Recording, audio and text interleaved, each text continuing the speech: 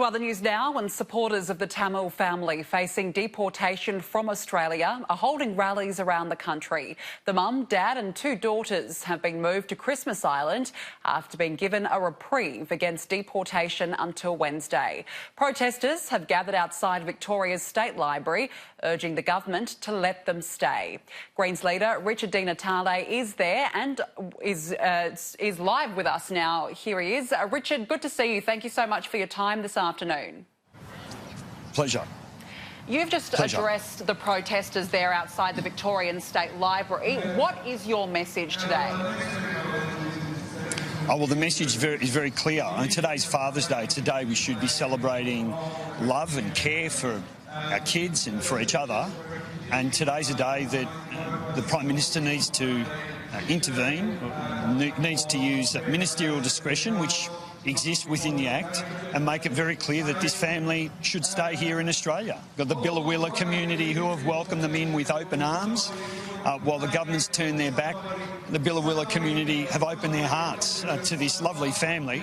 It's a family that's committed no crime. They've witnessed unspeakable cruelty in their home country. Two young kids born here. This is their country. They know nothing else. Why can't the Australian government just show a bit of decency, a bit of compassion, and let this family make a contribution to this country?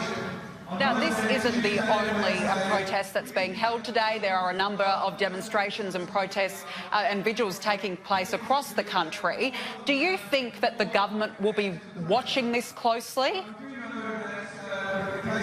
Oh, look, there's no question. I mean, this is the quiet Australians who are making their voices heard today. Rallies right across the country, people speaking in one voice and saying, just show some decency, because this is cruelty for the sake of cruelty. There's no reason to do what you're doing. We know that there are many millions of Australians who today share the same view, that are with us in spirit. We're hearing from people like Barnaby Joyce and Alan Jones, for goodness sake, and when they're speaking up, we know that pressure will be coming to bear on the government.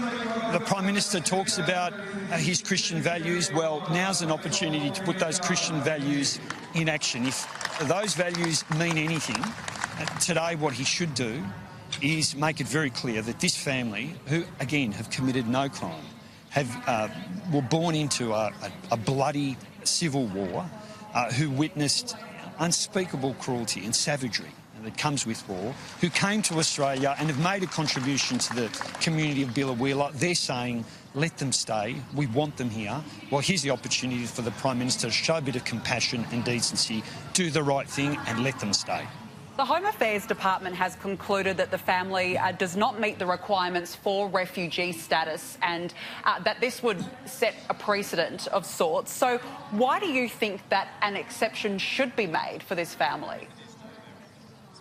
Well, firstly, the situation in Sri Lanka is still very volatile, and there are many people who understand that returning people who have left in the circumstances that this family left has the potential to put them in harm's way. But all that being said, there is discretion within the Act. The Minister can use his discretion. He's used it on other occasions. Here's an opportunity to step in, use ministerial discretion, because this is a family welcomed into a regional community, two young kids born here who know nothing other than this country. No one for a moment would suggest that this decision will have any impact on refugee policy more broadly. Discretion exists within the Act specifically to look at the individual circumstances of people and their families. This is one of those occasions where, again, ministerial discretion's necessary. It's there for this reason.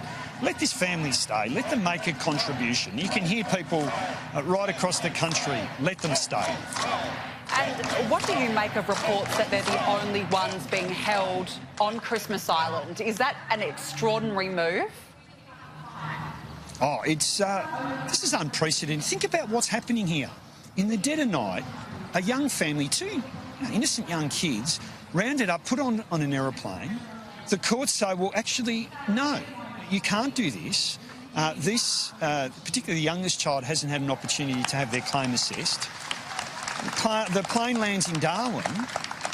the government effectively ignores a decision of the courts and inflicts more cruelty and more suffering on this family. Here we are on Father's Day and we've got a family locked up on Christmas Island because we've got a government that is intent on brutalising and traumatising innocent people. It's not the country I know, it's not the country that millions of Australians know and love, and it's about time the government stepped in, the Prime Minister showed a bit of leadership, some humanity, some decency, some compassion, and let this family make a contribution to this nation. Greens leader Richard Di Natale, thank you for your time this afternoon. Thank you.